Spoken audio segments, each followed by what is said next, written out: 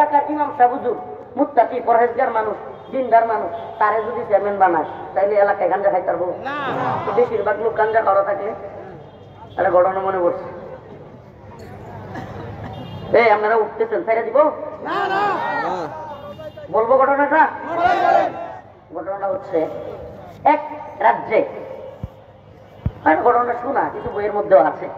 এক রাজ্যে এক বন্যার পানি আসছে, আর এই বন্যার পানি এত খারাপ যে এই বন্যার পানি যে খায়, যে পান করে, যে গোসল করে, হে হাগল হয়ে যায়। হাগল মানে আমাদের হাগল, পাগল হয়ে যায়। কি হয়ে যায়? পাগল হয়ে যায়। এখন রাজা এবং উপদেষ্টারা সবাই মিলিয়া একটা মিটিং এ বসছে।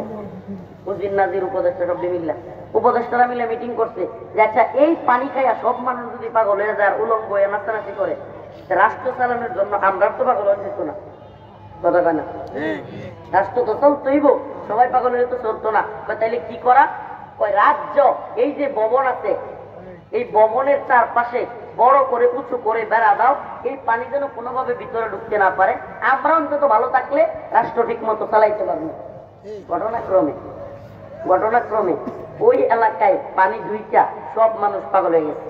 এখন সবগুলো কাপড় চোপড় খুললে নাচানাচি করতেছে।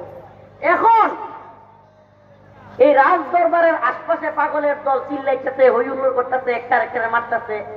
হঠাৎ করে পাগলের দল দেখে রাজ দরবারের উপরে কিছু মানুষ কাপড় চোপড় পরা। এখন এরা সম্মিলিত ভাবে পাগলের দল ল্যাংটারা একত্রিত হয়ে কয়, দেখছো কারবারটা, দেখছো আমাদের সুস্থ স্বাভাবিক কত সুন্দর চলতেছি, আমরা গান গাইতেছি, নাচতেছি, আর ওই পাগলের দল কাপড় চোপড় হচ্ছে। সব মিললে কি কয়, ওই পাগলের দল এদের কাপড় চোপড় খুলতে হবে। এখন রাজ দরবারের আশপাশে সব পাগলের দল চিল্লা চিল্লি, গেট ভাঙা অবস্থা। আবার উপদেষ্টা কমিটিরে নিয়ে ওই যে প্রধান যেটা ছিল এটা গিয়া বসছে মিটিং এ, কি করা যায়?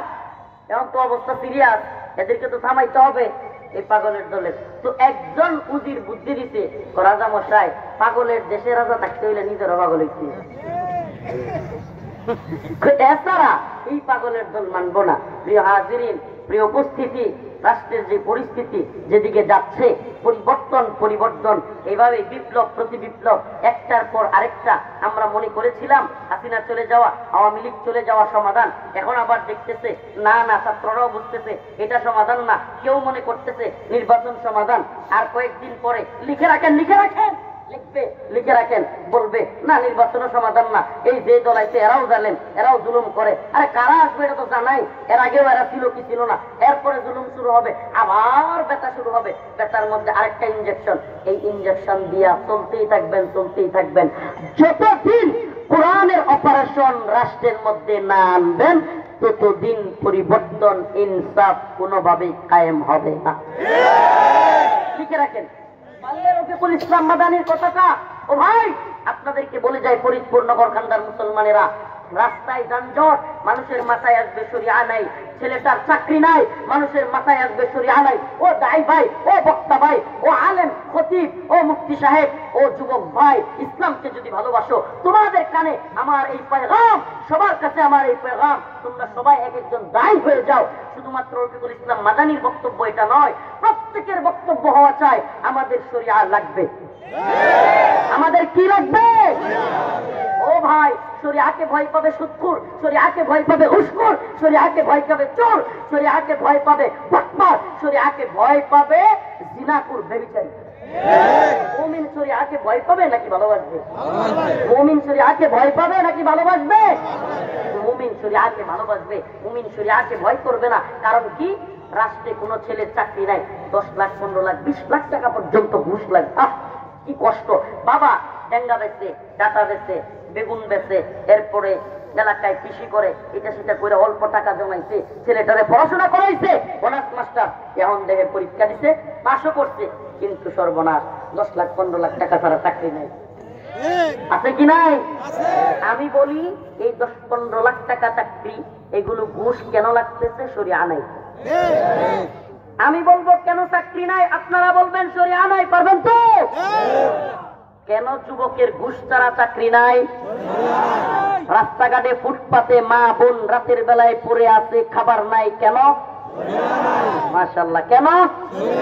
রাস্তাঘাট এই ধরনের বাজে অবস্থা কেন? কথা কয় না? রাস্তার ইট সিমেন্ট বালু সব খাইতে পারে কেন?